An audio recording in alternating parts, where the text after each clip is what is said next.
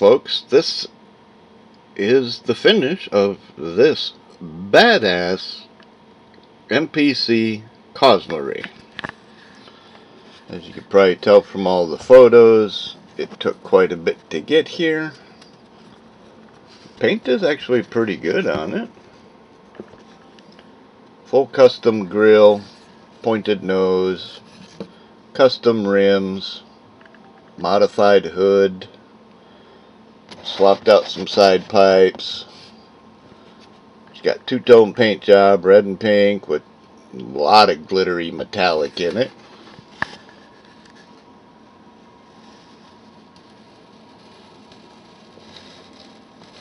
And not a bad finish. And there you can see the Corvette interior with all the little Dotses and trimmings around the seat we'll get to in a second here. Yeah, when I got it, there was no front, no rear bumper. Now, as you can see, custom taillights, which actually would have been the blinker spots on the Dodge Stealth. It was a Lindbergh Dodge Stealth 120 kit. So yeah, she's been through a little bit of modifications, but it fit the bill. And I don't understand why there's so much of a tire gap on this side compared to the other side. It's not the chassis twisted, it's not the interior.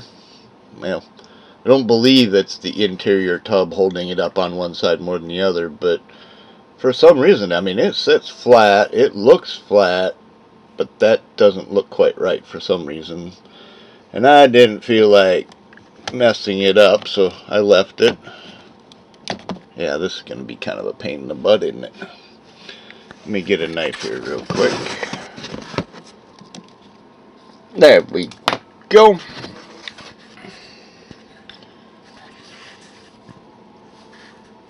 The interior is everything original that came with the kit as I got it.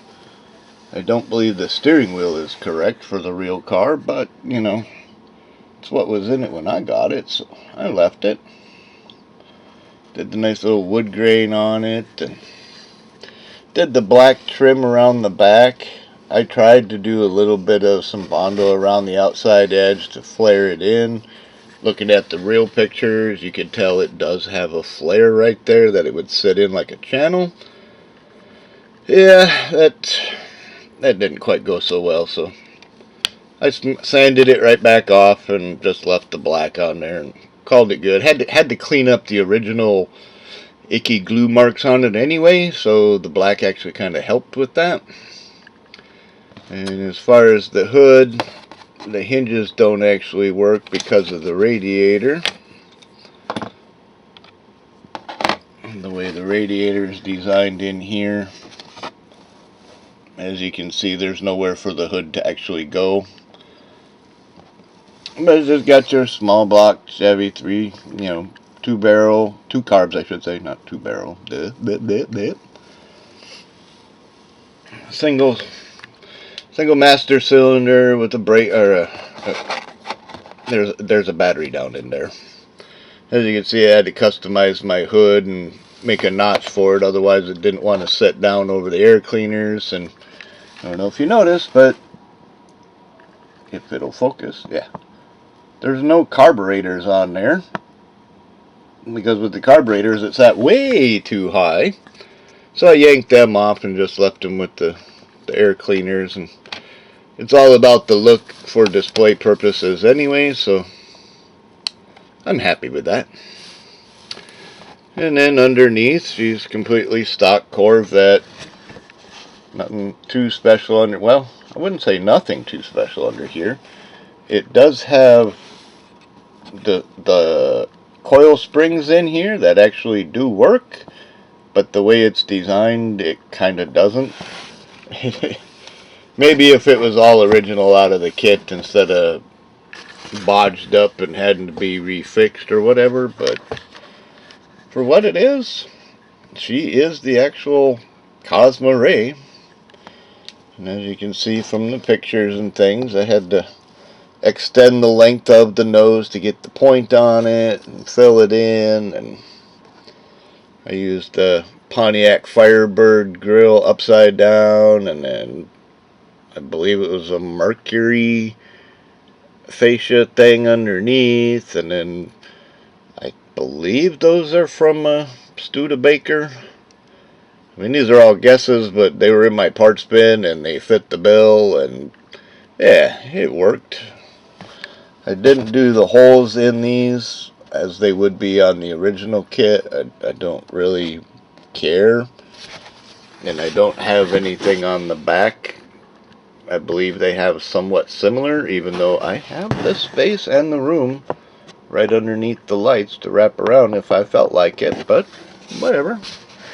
For what it is, that nice two-tone paint job, as you can see, it's pretty well bright red, and then it turns to pink, and it's got a little fade on the fenders.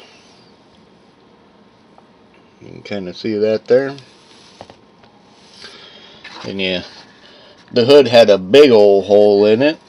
You can kind of see the outline of the old one there. There we go. Oh, little. Oh yeah, that's from the original scoop or whatever that was on that little piece. But as you can see, you know, master off and sprayed her with a little more heavy down here and not so heavy up here, and she's got that look. Opposite direction, but that's pretty much what you're seeing in the pictures of it. One direction or the other, doesn't really matter. And yeah, it had spoke rims, and I swapped them out for some, I believe these are Pontiacs. They were pretty close. They're not deep dish or anything. I mean, they're just stock.